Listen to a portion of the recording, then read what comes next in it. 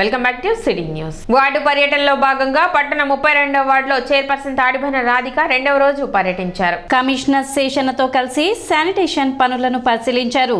కాలువల్లో పేరుకుపోయిన వ్యర్థాలను సిబ్బంది చే తొలగింపచేశారు.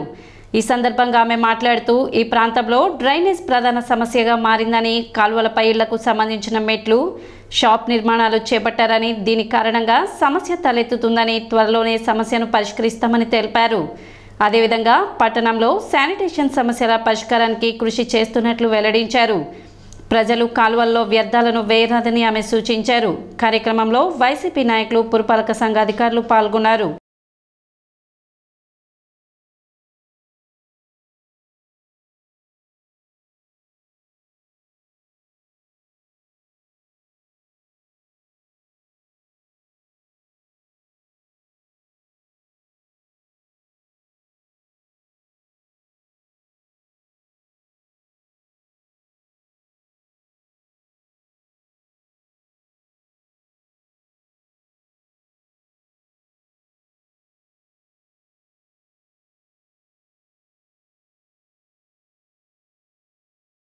రెండో వార్డు రెండో రోజు పర్యటిస్తాను జరిగింది.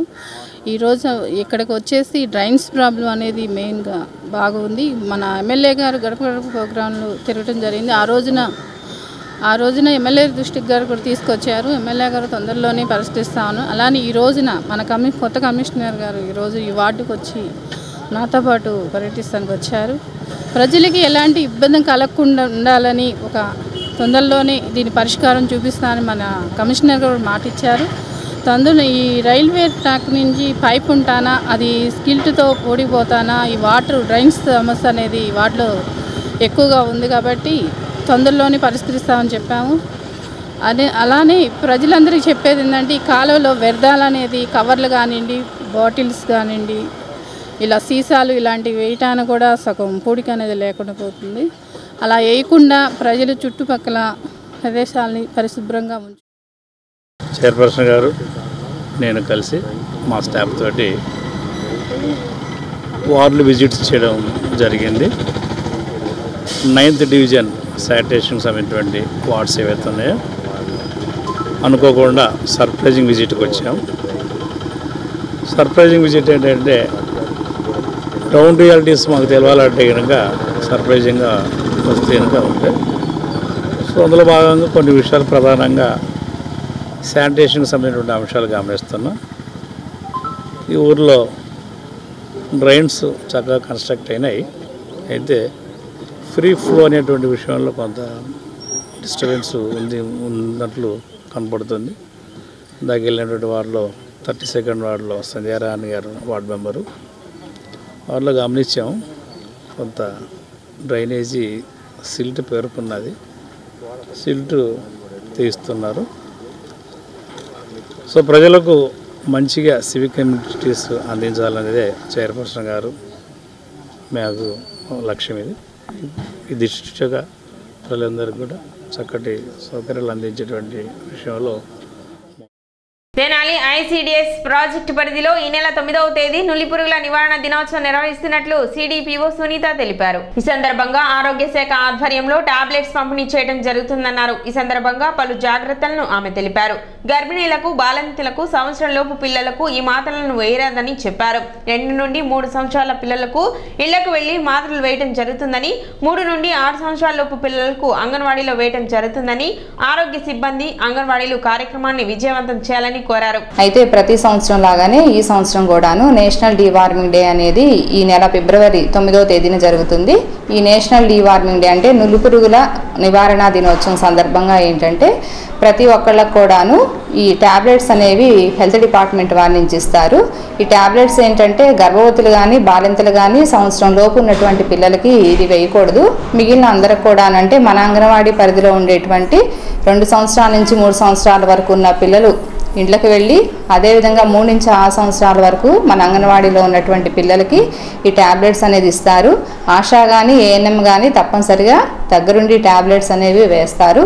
అందువల్ల ఎవరైతే అర్హులు ఉన్నారో అందరూ కూడా, పిల్లలకు అందరూ కూడాను ఈ ట్యాబ్లెట్స్ అనేవి అందుకునేలాగా చూడాలి ప్రతి ఒక్కరూ కూడాను. విద్యుత్ బీసీ ఉద్యోగ సంక్షేమ సంఘం డైరీ ఆవిష్కరణ కార్యక్రమం మంగళవారం జరిగింది. అసోసియేషన్ 18వ వార్షికోత్సవం సందర్భంగా చిన్రావూరు విద్యుత్ కార్యాలయంలో నిర్వహించిన ఈ కార్యక్రమానికి ఏపీ ఎస్పీడీసీఎల్ డైరెక్టర్ జె భారతీరావు ముఖ్య అతిథిగా హాజరై డైరీని ఆవిష్కరించారు. ఎస్సీగా పనిచేసినప్పటి నుండి ఈ అసోసియేషన్తో తనకి అవినాభావ సంబంధం ఉందని, ఎంతో సామరస్యంతో సభ్యులు తమ పనులను జరిపించుకునేవారని, అందరూ బాధ్యతగా పనిచేసి కంపెనీని అభివృద్ధి పరచాలని ఆయన కోరారు. కార్యక్రమంలో రాష్ట్ర నాయకులు general secretary V Anuradha, working president V Gunavanthudu, vice president N V Narasimharao, deputy general secretary Subbaiah, adviser Chandramouli మరియు APCPDCL president Akkala Satyanarayana, APCPDCL secretary N Chennakeswararao మరియు ఎస్పీడీసీఎల్ సెక్రటరీ పివి రామరాజు మరియు ట్రాన్స్కో, జెన్కో నాయకులు తదితరులు పాల్గొన్నారు.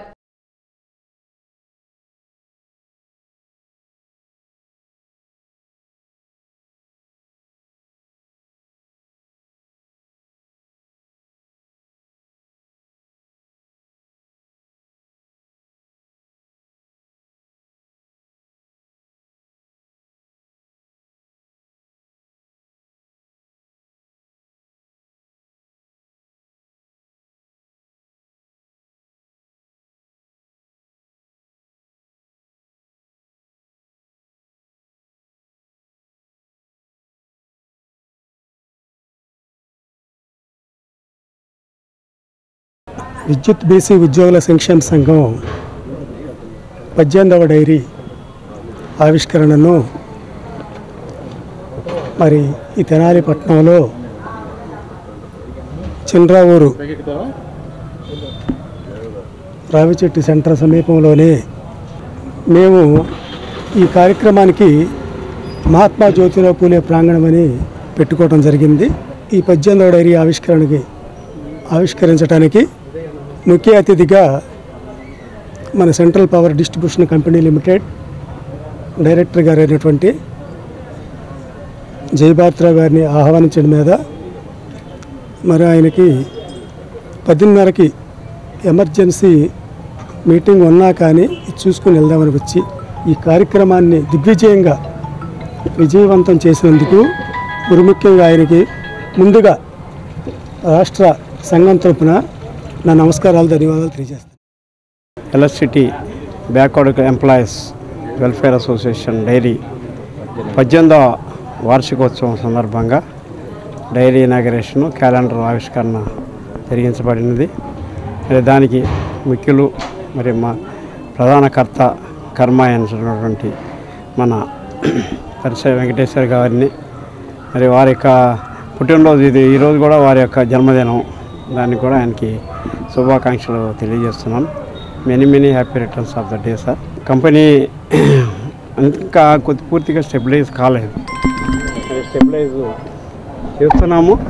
మరి దానికి మీరు సహకరించాలి. మీ యొక్క వృత్తుల్లో, మీ యొక్క ఉద్యోగ బాధ్యతలు, కర్తవ్యాన్ని నెరవేర్చి కంపెనీని ముందుగా పైకి తీసుకురావాలని చెప్పి నేను మీ అందరికీ రాష్ట్ర ప్రభుత్వం ప్రతిష్టాత్మకంగా చేపట్టిన ఆడదాం ఆంధ్ర కార్యక్రమంలో భాగంగా జిల్లా స్థాయిలో జరిగిన క్రీడా పోటీల్లో తెనాలి మండలం క్రీడాకారులు ప్రతిభ కనపరిచినట్లు ఎంపీడీఓ కె శిల్ప తెలిపారు. ఆడదాం ఆంధ్ర కార్యక్రమంలో భాగంగా జిల్లా స్థాయిలో జరిగిన క్రీడా పోటీలకు తెనాలి మండలం నుండి 180 టీంలు పాల్గొనగా వాటిలో 3 టీంలు గెలుపొందాయి. మంగళవారం ఎంపీడీఓ కార్యాలయంలో గెలుపొందిన క్రీడాకారులను ఎంపీడీఓ శిల్ప అభినందించారు. వాలీబాల్ పురుషుల విభాగంలో జిల్లా మొదటి స్థానం, మహిళల క్రికెట్ టీం 2వ స్థానం, మహిళల బ్యాడ్మింటన్ పోటీలలో 3వ స్థానం లభించిందని, మొదటి స్థానం సాధించిన పురుషుల వాలీబాల్ టీం విశాఖపట్నంలో జరిగే రాష్ట్ర స్థాయి పోటీల్లో పాల్గొంటారని ఎంపీడీఓ తెలిపారు. రాష్ట్ర స్థాయిలో కూడా ప్రతిభ కనపరిచి విజయకేతనం ఎగురవేయాలని ఆమె ఆకాంక్షించారు. కార్యక్రమంలో ఏవో ప్రతాప్ రెడ్డి, కార్యాలయ సిబ్బంది పాల్గొన్నారు. మన స్టేట్ గవర్నమెంట్ ప్రతిష్టాత్మకంగా చేపట్టిన ఆడదాం ఆంధ్ర టోర్నమెంట్స్లో మన తెనాలి మండలం నుంచి 180 టీంలు పార్టిసిపేట్ చేయగా జిల్లా స్థాయిలో మనకి 3 టీంలు గెలుపొందడం జరిగిందండి. వాటిలో పురుషులు వాలీబాల్ వచ్చేసి ఫస్ట్ ప్లేస్ వచ్చింది జిల్లా స్థాయిలో. సో ఈ వాలీబాల్ టీం అనేది మనకి స్టేట్ లెవెల్లో జరిగే 9వ తారీఖున స్టేట్ లెవెల్లో వైజాగ్లో జరగబోయే గేమ్స్కి సెలెక్ట్ అవ్వడం జరిగింది.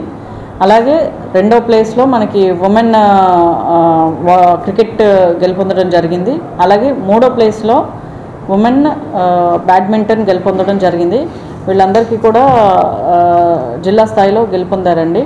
అలాగే స్టేట్ లెవెల్లో జరగబోయే కార్యక్రమానికి మన వాలీబాల్ టీం ఖచ్చితంగా కప్ తీసుకురావాలని చెప్పి ఆశిస్తూ ఆ టీం అందరినీ కూడా అభినందించి విషెస్ చెప్పడం జరిగిందండి. స్థానిక కొత్తపేటలోని గర్ల్స్ హై స్కూల్ నందు విద్యార్థులకు ఉచిత కంటి వైద్య శిబిరం నిర్వహించారు. కౌన్సిల్ ఆఫ్ ఇండియా ఆధ్వర్యంలో నేత్రాలయ ఐ కేర్ వారి సహకారంతో వైద్య శిబిరం నిర్వహించారు. ఈ సందర్భంగా విద్యార్థులకు కంటి పరీక్షలు నిర్వహించి అవసరమైన మందులు అందజేశారు.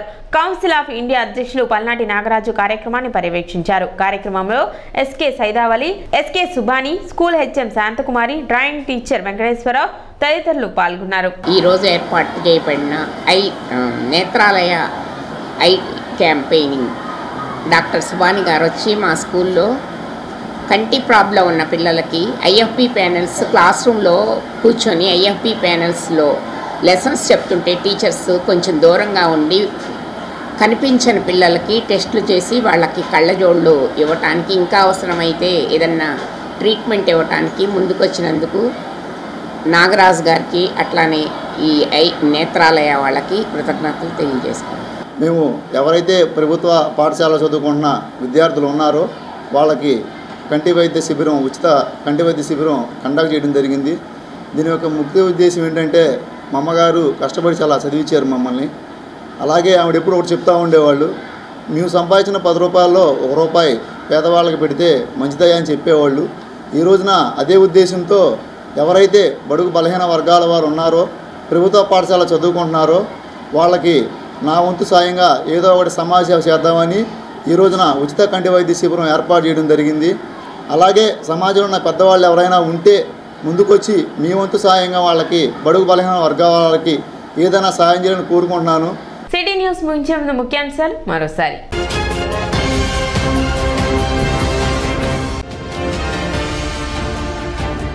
పట్టణంలో జరుగుతున్న కులగణన కార్యక్రమానికి ప్రజలు సహకరించాలి. కమిషనర్ శేషన్న విజ్ఞప్తి.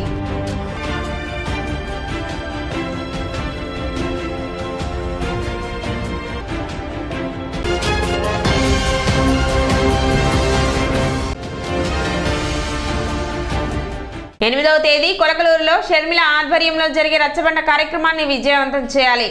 జిల్లా PCC working president Mastanvali.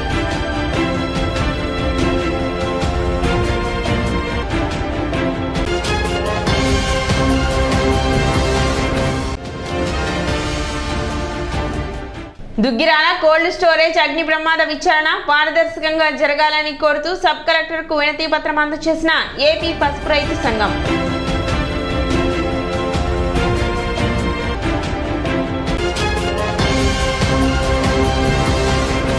City news ఇంతటితో సమాప్తం. నమస్కారం.